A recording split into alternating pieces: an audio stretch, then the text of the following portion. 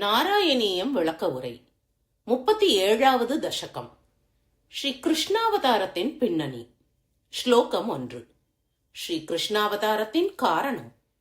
சச்சிதானந்த ரூபியான ஹே குருவாயூரப்பா, முன்பு தேவர்களுக்கும் அசுரர்களுக்கும் யுத்தம் நடந்தது. அப்பொழுது பக்தர்களான தேவர்களுக்கு உதவி புரிய யுத்தத்தில் அசுரர்களை வதைத்தீர்கள். தங்கள் கையால் வதத்தை அடைந்த பல அசுரர்கள் மோட்சத்தை அடைந்தார்கள். காலநீமி போன்ற சில அசுரர்கள் மிஞ்சிய கர்மத்தால் பூமியில் கம்சன் முதலியவர்களாக பிறந்தனர். அப்படிப்பட்ட அசுரர்களின் பாரத்தை தாங்க முடியாமல் மிகுந்த கஷ்டம் கொண்டு பூமி தேவியானவள் பிரம்மதேவனை அடைந்தாள்.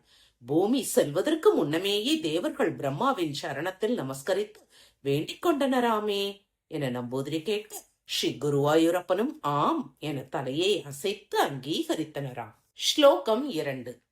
ஸ்ரீ பிரம்மதேவன் ஸ்ரீ பகவானை தியானித்தல். ஓ பிரம்மதேவனே, கஷ்டம் கஷ்டம்! துஷ்ட ஜனங்களின் மிகுந்த பாரத்தினால் பூமியாகிய நான் ஆக்கிரமிக்கப்பட்டிருக்கிறேன். இச்சுமை தாங்காமல் ஆவரண ஜலத்தில் மூழ்கிவிடும் நிலையில் இருக்கின்றேன். இம்மாதிரி நிலையை அடைந்த என்னை காத்தருள வேண்டும்.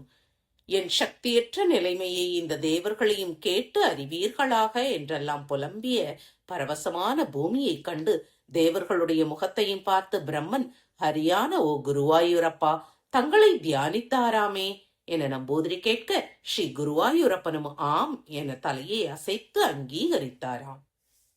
ஸ்லோகம் 3. பிரம்மா முதலியவர்கள் பார்க்கடல் செல்லுதல். ஓ தேவர்களே, பூமி தேவியின் சொல்லை சத்தியமன ஞானக்கண்ணால் நான் அறிந்தேன். பூமி தேவியையும் தங்களையும் காப்பதில் லக்ஷ்மியின் கணவனான ஸ்ரீ விஷ்ணுவே தகுதியுள்ளவர் என பிரம்மதேவன் சொன்னார். மேலும் பரமசிவன் முதலிய நாம் யாவரும் பார்க்கடலுக்கு செல்வோம், ஸ்ரீ நாராயணனை நமஸ்கரிப்போம், பிறகு ஸ்தோத்திரம் செய்வோம் என்றும் சொல்லி வேகமாக எல்லோரும் தங்கள் இருப்பிடமான பார்க்கடலுக்கு சென்றனராமே என நம்பூதிரி கேட்க, ஸ்ரீ குருவாயூரப்பனும் ஆம் என தலையை அசைத்து அங்கீகரித்தாராம். ஸ்லோகம் 4. ஸ்ரீ பகவான் தேவர்களை அனுகிரகித்தல். பிரம்மா முதலிய தேவர்கள் ஒன்று கூடி குளிர்ச்சி, வாசனை முதலியவைகளுடன் கூடிய காற்றினால் பிரகாசிக்கின்றதான பார்க்கடலில் கரையை அடைந்தனர். அந்த தேவர்கள் தங்கள் சரண கமலங்களையே தியானம் செய்தார்கள். அப்பொழுதே தங்கள் சொற்களை இதயத்தில் பிரம்மா கேட்டார். அதாவது தங்கள் சொற்களை தியானத்தால் அறிந்தார். உடனே தேவர்களுக்கு ஆனந்தத்தை கொடுக்கக்கூடிய தங்கள் சொற்களை கூறத் தொடங்கினார். பரமாத்மாவான ஸ்ரீமன் நாராயணன் கூறிய சொற்களை கூறுகிறேன் கேளுங்கள் என பிரம்மா கூறினாராமே என நம்பூதிரி கேட்க, ஸ்ரீ குருவாயூரப்பனும் ஆம் என தலையை அசைத்து அங்கீகரித்தனராம். ஸ்லோகம் 5. ஸ்ரீ பகவான் சொல்லியதை கூறுதல். பயத்தை அளிக்கும் கம்சன் முதலிய அரசர்களால் பூமிக்கும் தேவர்களுக்கும் ஏற்பட்ட துயரத்தை நான் அறிவேன். அந்த கம்சன் முதலிய அரசர்களை வதம் செய்ய யாதவ குலத்தில் பரிபூர்ண ஸ்வரூபத்துடன் அவதரிக்கிறேன். தேவர்களும் தேவ ஸ்திரீகளும் ஒரு அம்சத்துடன் பூஜிப்பதற்காக பிறக்கட்டும் என தாங்கள் கூறியதை பிரம்மதேவன் கூறினாராமே என நம்பூதிரி கேட்க, ஸ்ரீ குருவாயூரப்பனும் ஆம் என தலையை அசைத்து அங்கீகரித்தனராம். ஸ்லோகம் 6.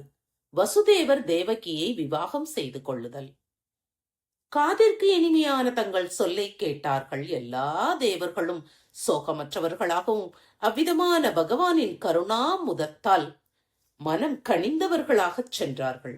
ஓ குருவாயூரப்பனே, தங்கள் சாநித்தியத்தால் புண்ணியமாயும் சிறந்ததாயும் இருக்கிற பிரசித்தி பெற்ற மதுரா நகரத்தில் அரசனான வசுதேவர் புண்ணியசாலியான தேவகியை மணந்தாராமே என நம்பூதிரி கேட்க, ஸ்ரீ குருவாயூரப்பனும் ஆம் என தலையை அசைத்து அங்கீகரித்தனராம். ஸ்லோகம் 7. அசரீரியின் வாக்கும் கம்சனின் கெட்ட செயலும்.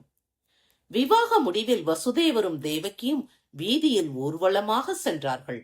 அவர்களை வெகு மதிப்பதற்காக தேவகியின் சகோதரனான கம்சன் ரதத்தை தானே ஓட்டிச் சென்றான். அப்போது ஆகாசத்திலிருந்து, ஏ மூட, இவளுடைய 8வது பிள்ளை உன்னை கொல்ல போகிறான், கஷ்டம் என்ற தங்களுடைய சொல் உண்டாயிற்று.